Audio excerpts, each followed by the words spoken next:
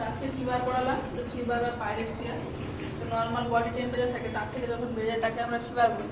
সেই টেম্পারেচারটা যখন হচ্ছে 99 ডিগ্রি ফারেনহাইট বা সেলসিয়াসে যখন বলি তখন 37.2 ডিগ্রি সেলসিয়াস থেকে বেড়ে যায়, তখন আমরা ফিভার বলি।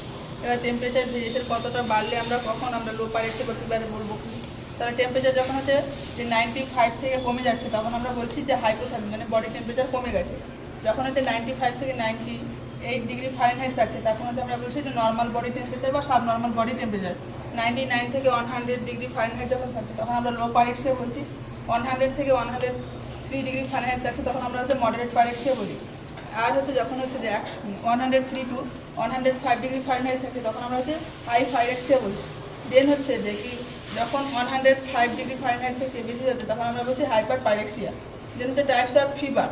তো ফিভারগুলো হচ্ছে যেমন যে অনসেট অফ ফিভার বা ইনভেশন ফিভার, যেটা হচ্ছে যে রেজেনিং হচ্ছে কন্ডিশন অফ দ্য টেম্পারেচার। যখন হচ্ছে যে এই ধরনের ফিভারে কী হয় যে কন্টিনিউয়াসলি কী হয় যে টেম্পারেচারটা বাড়তে থাকে।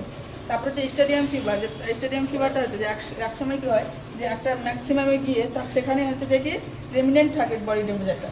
ডিক্লাইন ফিভারটা হচ্ছে যে টেম্পারেচারটা বেড়েছিল সেটা আবার হচ্ছে যে নর্মালি ফিরে আসে। এবং এরও দুটো ভাগ আছে, একটা হচ্ছে ক্রাইসিস, একটা হচ্ছে লাইসিস। ক্রাইসিসটা হচ্ছে যে increase temperature return to normal হচ্ছে যে ইন জিগজ্যাগ পজিশন, মানে হচ্ছে ধাপে ধাপে কমবে। বাট ক্রাইসিসের ক্ষেত্রে কী হয় যে টেম্পারেচারটা সাডেনলি রিটার্ন করবে নর্মালে। আবার হচ্ছে এর ক্রাইসিসেরও দুটো ভাগ আছে, একটা ট্রু ক্রাইসিস, একটা হচ্ছে ফলস ক্রাইসিস। ট্রু ক্রাইসিসের ক্ষেত্রে হচ্ছে যে ইনক্রিজ টেম্পারেচারটা কী হবে সাডেনলি রিটার্ন আসবে টু নর্মাল হচ্ছে উইথ হচ্ছে পেশেন্ট যে কোনো কন্ডিশন ইমপ্রুভ হয়ে যে পেশেন্টের কন্ডিশনটা ইমপ্রুভ হবে। বাট ফলস ক্রাইসিসের ক্ষেত্রে কী হবে যে পেশেন্টের টেম্পারেচার লোয়েস্ট আসবে কিন্তু এখানে হচ্ছে যে পেশেন্টের কন্ডিশন ইমপ্রুভ হবে না। এখানে একটা হচ্ছে যে শখের সাহায্যে যেমন বুঝিয়েছি যে ফার্স্ট যেটা যেমন বললাম যে অনসেট ফিভার, মানে হচ্ছে ফিভারটাকে যে আস্তে আস্তে আস্তে আস্তে কিছু বাড়ছে। তারপর যেটা স্টেডিয়াম ফিভার কি হচ্ছে একটা জায়গায় স্টেজ আছে এবং সেটা হচ্ছে কন্টিনিউয়াসলি যাচ্ছে।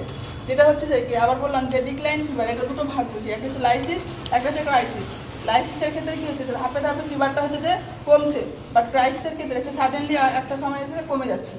দেন হচ্ছে যে কি কন্টিনিউয়াস ফিভার বা হচ্ছে কনস্ট্যান্ট ফিভার, এখানে কী হচ্ছে যে ফিভারের ভেরিয়েশনটা থাকবে, এটা হচ্ছে কখনোই হচ্ছে যে 2 ডিগ্রি সেলসিয়াস থেকে বেশি হবে না। যেমন কোনো পেশেন্টের জন্য যদি টেম্পারেচার চেক করা হয়, যদি মর্নিং হচ্ছে 103 ডিগ্রি ফারেনহাইট আছে তাহলে ইভিনিংয়ের সময় 100 আসবে। এখানে পেশেন্টের কিন্তু নর্মাল টেম্পারেচারটা আসছে না। দেন হচ্ছে যে রেমিটেড ফিভার, এখানে হচ্ছে যে টেম্পারেচার ভেরিয়েশনটা হচ্ছে যে মোর দ্যান 2 ডিগ্রি সেলসিয়াসে হবে এবং মর্নিং অ্যান্ড ইভিনিংয়ে হচ্ছে টেম্পারেচারটা কী হবে যে সবসময় হচ্ছে যে কি নর্মালে ফিরে আসবে। যে মর্নিংয়ে যে টেম্পারেচারটা নেওয়া হয়েছে সেখানে দেখা গেলো যে অনেকটা বেশি আছে, বাট ইভিনিংয়ে যখন চেক করতে যায় তখন হচ্ছে নর্মাল বডি টেম্পারেচার আসে।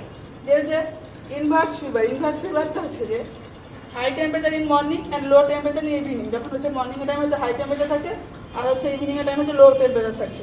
দেন হচ্ছে ইন্টারমিডিয়েট ফিভারটা হচ্ছে যে ফিভারটাকে যে টেম্পারেচার রেজ করছে যে নর্মালি এবং হচ্ছে যে ম্যাক্সিমাম এবং হচ্ছে রিটার্ন টু নর্মাল, যে রেজ করছে এবং ম্যাক্সিমাম হচ্ছে যে আবার সেখান থেকে রিটার্ন ফিরে আসছে। এটা রেগুলার ইন্টারভ্যালে হতেই থাকে। দেন হচ্ছে এটা যেমন উদাহরণ দিয়েছে যে ম্যালেরিয়া, কালাজ্বর, আজকে